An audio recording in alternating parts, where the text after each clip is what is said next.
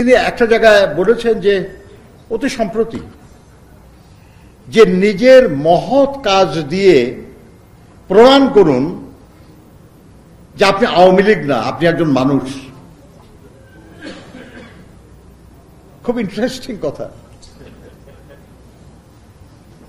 যে আপনি ভালো কাজ দিয়ে প্রমাণ করেন যে আপনি আওয়ামী লীগ না, অর্থাৎ আওয়ামী লীগ ভালো কাজ করে না কখনো, এবং এটাও প্রমাণ করেন যে আপনি একজন মানুষ আর ওরা মানুষ না আসলে।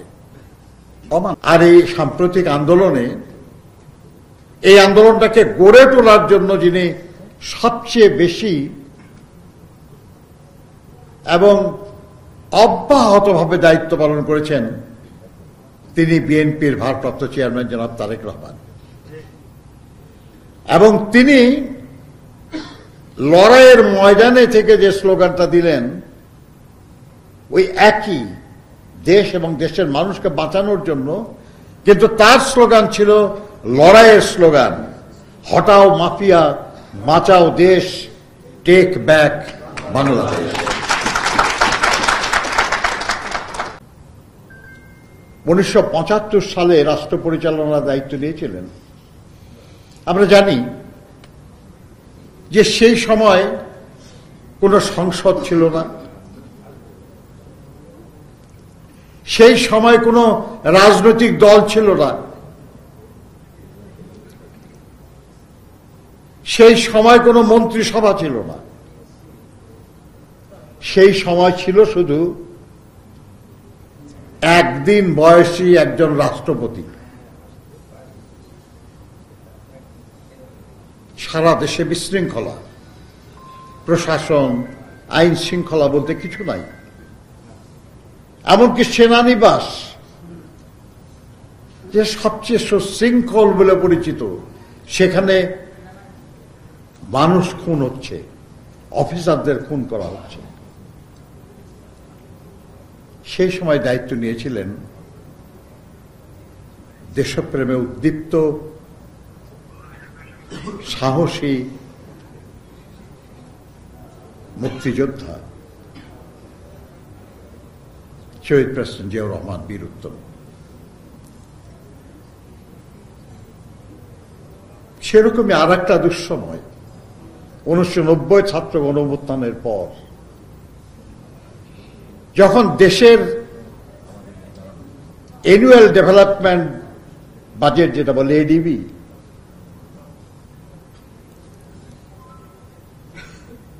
মানে জাতীয় উন্নয়নের যে বাজেট, এর সবটাই 100% বিদেশি ঋণ এবং সাহায্য নির্ভর ছিল।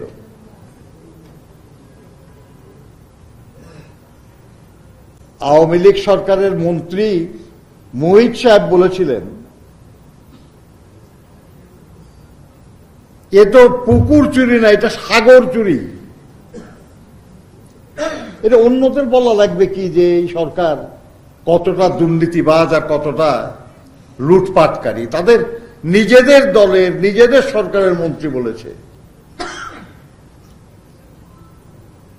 এরশাদ আমলে ওইরকম দুর্নীতি অনাচার ছিল অনেক। সেরকম সময়ে দেশনেত্রী বেগম খালেদা জিয়াকে দায়িত্ব নিতে হয়েছিল এবং নিয়ে সে দায়িত্ব পালন করে দেশকে তিনি ইমার্জিং টাইগারে পরিণত করেছিলেন। এটাই ইতিহাস। আজকেও এই যে সীমাহীন লুটপাট এবং দুর্নীতি করে দেশটাকে নিঃস্ব করে ফেলা হয়েছে। কয়েকদিন আগে পত্রিকায় দেখলাম যে আমাদের রেভিনিউ ইনকামের 51% ব্যয় করা হয়েছে ঋণের সুদ পরিশোধ করার জন্য। একটা রাষ্ট্রের রেভিনিউ ইনকাম, যেটা রাজস্ব আয়, সেখান থেকে অর্থ বাঁচে, তাই দিয়ে দেশের উন্নয়নের কাজ করা হবে, এটা স্বাভাবিক। কিন্তু তার অর্ধেকেরও বেশি যদি শুধু ঋণ শোধ করতে লাগে, তাহলে সেই দেশের উন্নয়ন হবে কি করে?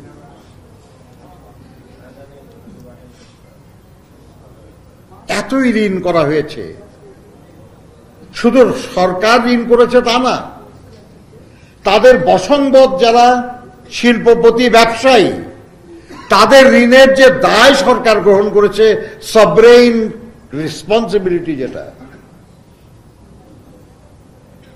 এটা মিলিয়ে যে পরিমাণ আগামী কয়েক বছরের মধ্যে, এখনই বাংলাদেশের বাজেটের সবচেয়ে বড় অংশ ব্যয় হয় ঋণ এবং ঋণের সুদ পরিশোধে। যত দিন যাবে তত আরো বিপজ্জনক অবস্থায় পড়ে যাব আমরা। অন্য কোনো কাজের জন্য টাকা খরচ করার অবশিষ্ট থাকবে না। এই যে দুর্নীতি, অনাচার, এই যে লুটপাট, এই যে অর্থ পাচার, এই যে দেশটাকে লুটে পুটে খাওয়া, যারা আমরা আজকে বেঁচে আছি, যারা দেখছি, আমরা তো দেখছি, কিন্তু তারপরও হয়তো আরো 2-4-10 বছর পরে আমরা হয়তো ভুলে যাব অনেক কিছু। 2-4টা পয়েন্ট মনে থাকবে, আর কিছু মনে থাকবে না।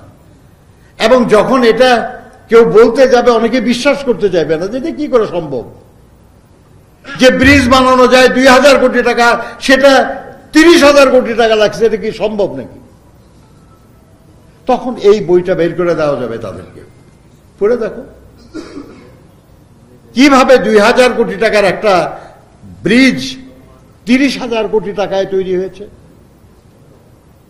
তখন এই বইয়ের গুরুত্ব আরো বেশি করে আমরা অনুভব করি।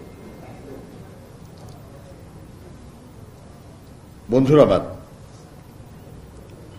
এই বইতে আরো বেশ কিছু জিনিস আছে, যেমন আমরা যারা রাজনীতি করি, আমরা যারা বিএনপি বা বিভিন্ন অঙ্গ দল করি, আমাদের জন্য বিভিন্ন সময়ে তারেক রহমান সাহেব বিভিন্ন বিষয়ে, বিভিন্ন প্রেক্ষিতে যেসব বক্তব্য দিয়েছেন, এই বক্তব্যগুলি কাজে লাগবে। যেমন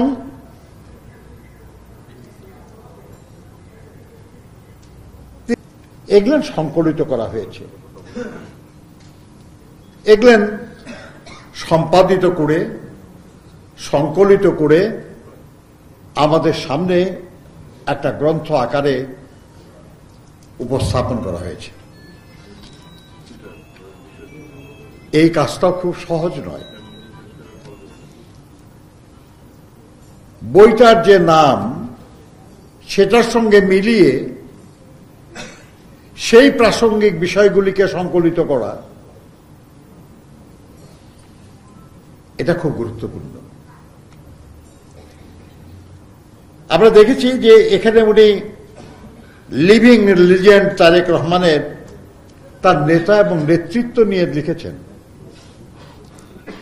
এটা করতে যে ধারাবাহিকভাবে তিনি নিয়ে আসছেন, সেটা হলো শহীদ রাষ্ট্রপতি জিয়া রহমান, যিনি স্বাধীনতার ঘোষণা দিয়েছিলেন, স্বাধীনতা অর্জনে সামনের কাতারে থেকে লড়াই করেছেন এবং সেই স্বাধীনতাকে সুসংহত করার জন্য জীবন বাজি দিয়ে, জীবন বাজি রেখে 7ই নভেম্বর দায়িত্ব গ্রহণ করেছিলেন। তিনি বলতেন, মানুষ বাঁচলে দেশ বাঁচবে।